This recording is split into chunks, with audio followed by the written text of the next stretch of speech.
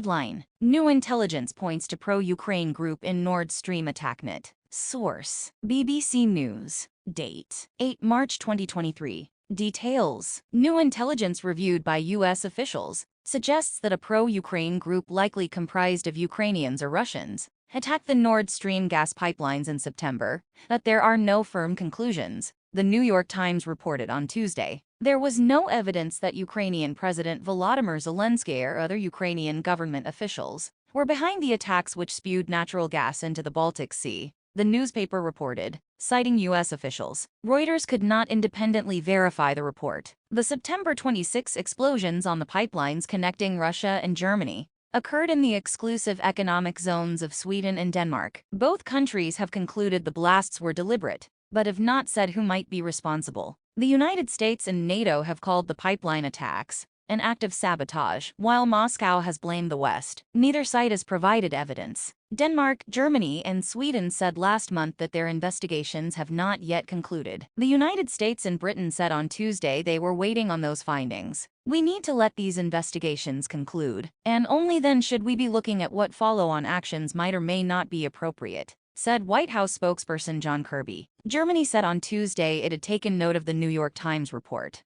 but that its own investigation had not yet produced results. NATO Secretary General Jens Stoltenberg and Swedish Prime Minister Ulf Kristersson both declined to comment on the New York Times report. During a news conference in Stockholm, a senior aide to Zelensky, Mikhailo Podolyak, said that Kyiv was absolutely not involved in the blasts and has no information about what happened. Russia's Foreign Ministry spokeswoman Maria Zakharova said the media reports on Tuesday underscored the need for Moscow's questions about what happened to be answered. She also accused those responsible for the media leaks of wanting to divert the public's attention and avoid a proper investigation. Opposition to Putin. The pipelines were built by Russia's state-controlled Gazprom. Gazprom did not immediately respond to a request for comment on Tuesday. German energy company E.ON and Wintershall, both shareholders of the Nord Stream pipeline, declined to comment. In the year since Russia invaded Ukraine, Europe has drastically cut its energy imports from Russia. Moscow this week called for all Nord Stream stakeholders to decide its fate. The U.S. intelligence review suggested those who carried out the attacks opposed Russian President Vladimir Putin,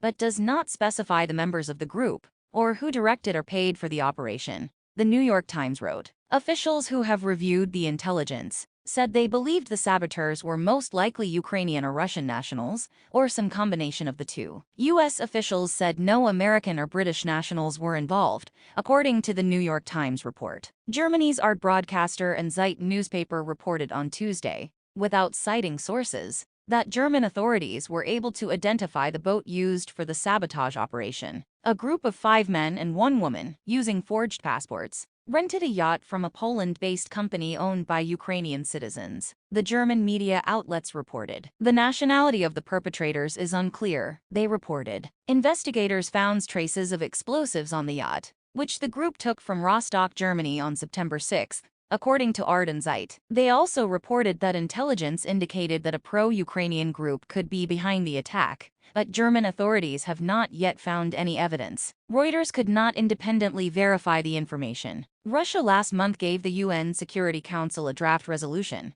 which if adopted, would ask UN Secretary-General Antonio Guterres to establish an international, independent investigation into the attack and who was responsible. Russia's Deputy UN Ambassador Dmitry Polyansky said the media reports on Tuesday made Russia's move at the United Nations as very timely, telling Reuters that by the end of March, there definitely will be a vote on the resolution.